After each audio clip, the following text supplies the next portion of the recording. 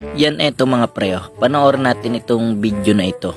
Kung kayo'y nahihirapan magdugsong ng mga hose, para sa inyo ang video na ito.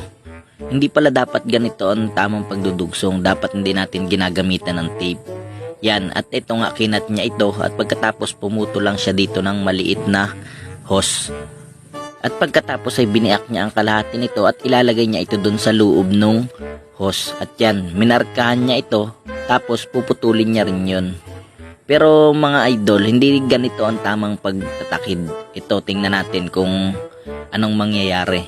At yan nilagyan pa niya yan ng pandikit para naman humigpit ito ng maganda, pero mali pa rin talaga yung ganyang diskarte kasi matatanggal pa rin yan pag malakas yung pressure ng tubig.